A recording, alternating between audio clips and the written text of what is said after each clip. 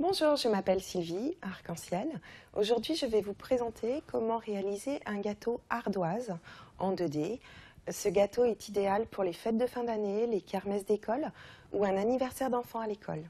Donc pour réaliser ce gâteau, nous avons besoin d'un gâteau classique type gâteau yaourt, gâteau au chocolat, comme vous le souhaitez. Votre recette habituelle convient très bien.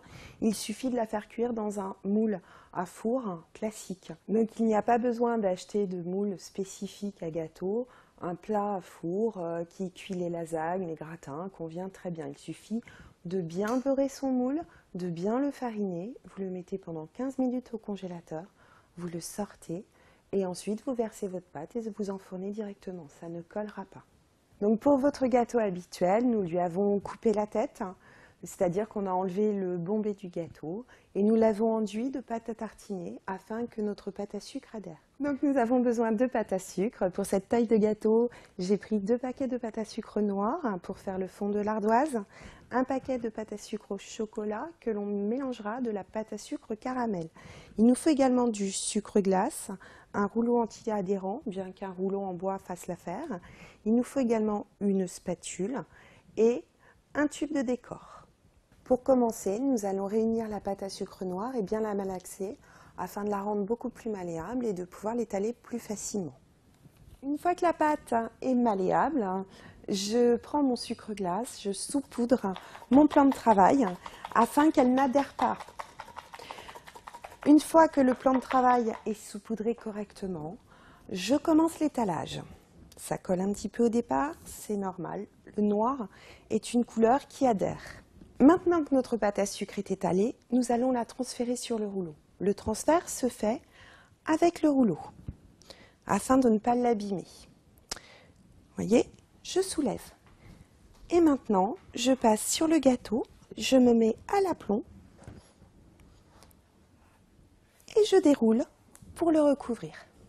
Maintenant, nous allons rabattre les angles, rabattre la pâte à sucre afin de la rapprocher du gâteau. En aucun cas, je n'essaye de la lisser pour le moment. Une fois que la pâte à sucre est bien ramenée, je coupe l'excédent à l'aide de ma petite spatule. Les bords sont prêts, il nous suffit juste de lisser la surface du plat de la main très tranquillement, très gentiment. Et à cette étape, on enlève ses bagues. Maintenant que notre ardoise est recouverte, nous allons passer au montant en bois qui l'entoure. Pour cela, je prends la pâte à sucre couleur chocolat, la pâte à sucre couleur caramel. Nous allons malaxer afin de pouvoir rendre tout cela plus malléable. Et pour créer un effet bois, il suffit de toujours malaxer dans le même sens en reposant le marron foncé sur le marron clair. J'ai des marbrures harmonieuses, je passe donc maintenant à l'étalage. Toujours sur sucre glace. Cette fois, je vais étaler en bande.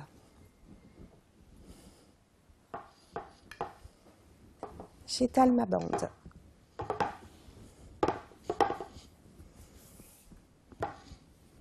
Pour réaliser les bandes, je vais utiliser une règle d'écolier convient parfaitement. Ça nous permettra d'avoir des bandes totalement régulières. Une fois que mes bandes sont faites, je vais en réaliser 4.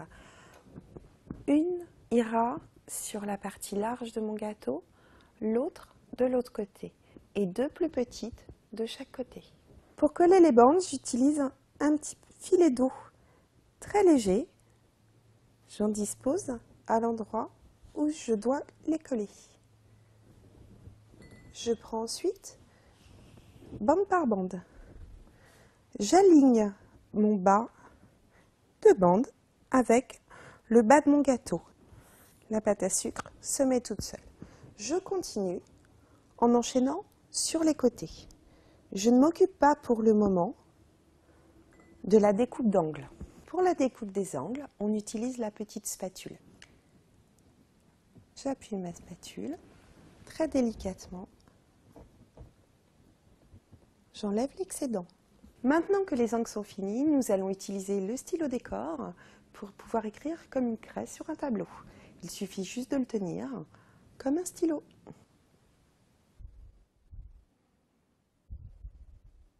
Vous venez d'apprendre à faire un gâteau ardoise. Retrouvez-moi dans une autre vidéo où je vous apprendrai à réaliser un sac à main en 3 dimensions.